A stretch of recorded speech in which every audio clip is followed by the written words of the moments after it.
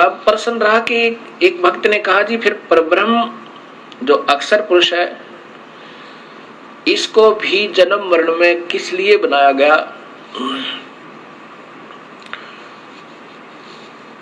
हाँ, इसने जब क्षर पुरुष ने अर्थात इस ब्रह्म ने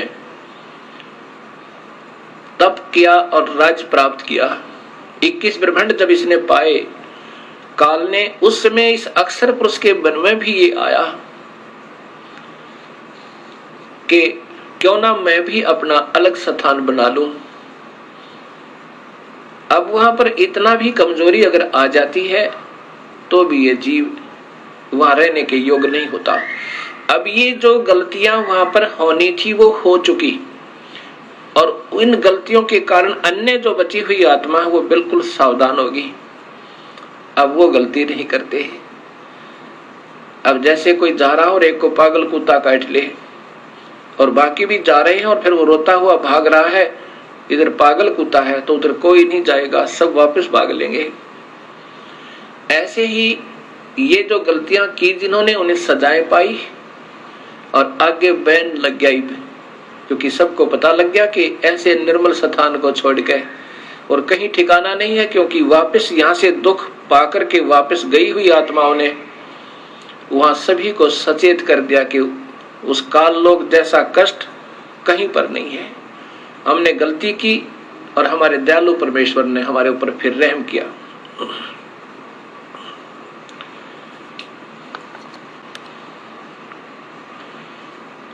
ये परब्रह्म की जो का 7 संख ब्रह्मांड बनाए, उसमें कुछ आत्माएं इन सब के आने के बाद इनके भी कुछ हृदय में इनकी आत्मा, यानी अब एक भक्त ने प्रश्न किया कि जब वहां मन तो है ही नहीं, आप ही बता रहे हो कि काल ही मन है और मन वहां है नहीं, तो फिर आत्मा वो मन कैसे हुआ उस निरंजन में? अब ये आत्मा भी की भी सोच होती है। मन तो यहाँ इस काल लोक में है, यहाँ इसने डबल बना रखा है, अपना भी प्रभुता मन इस आत्मा की सोच को यहाँ बिल्कुल खराब कर देता है, और आत्मा की भी अपनी सोच होती है।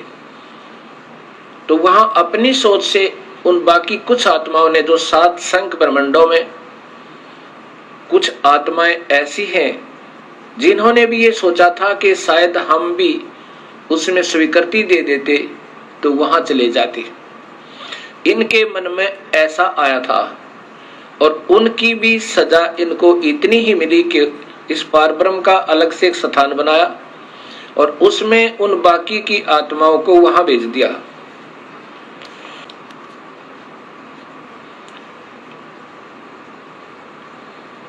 अब जो आत्मा परब्रह्म के लोक में रहती हैं,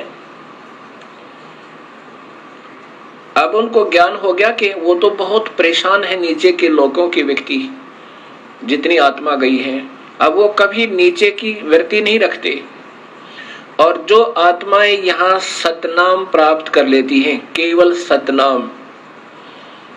सतनाम कौन सा होता है? 2 मंत्र का,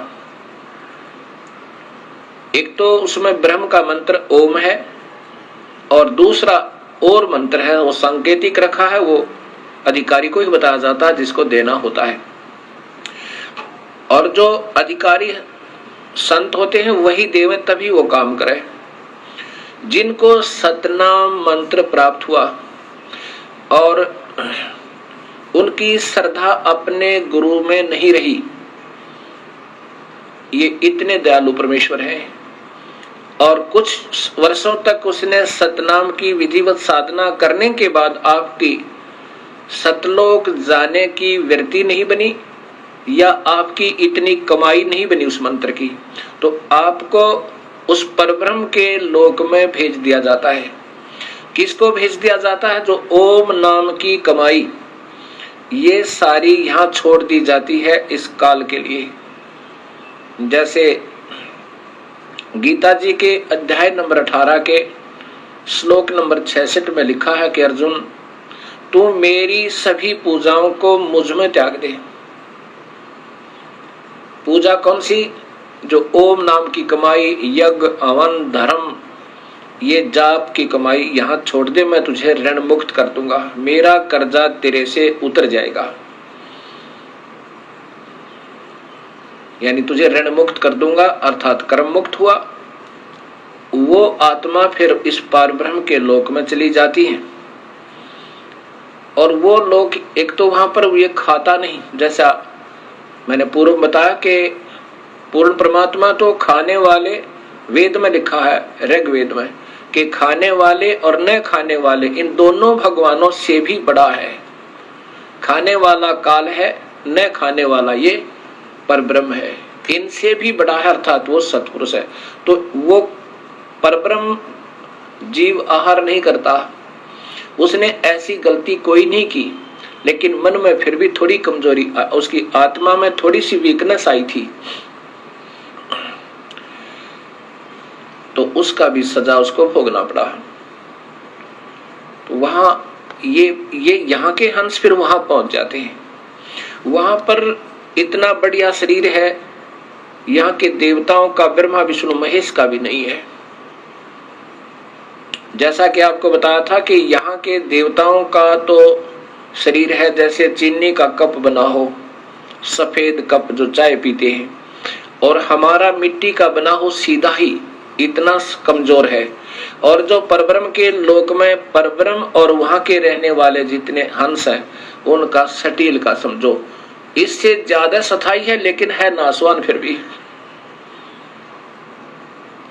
अब ये सोचकर इस पर ब्रह्म को समझना, इसकी उत्पत्ति यूं हुई। और फिर जो सत भक्ति करता है और जिसको सतनाम भी मिल गया और कमाई फिर भी पूरी नहीं हुई, और साथ में यहाँ की कोई इच्छा आपकी रह जाती है, तो कबीर परमेश्वर हर ब्रह्मांड में अपना अलग स्थान बनाकर रहता है।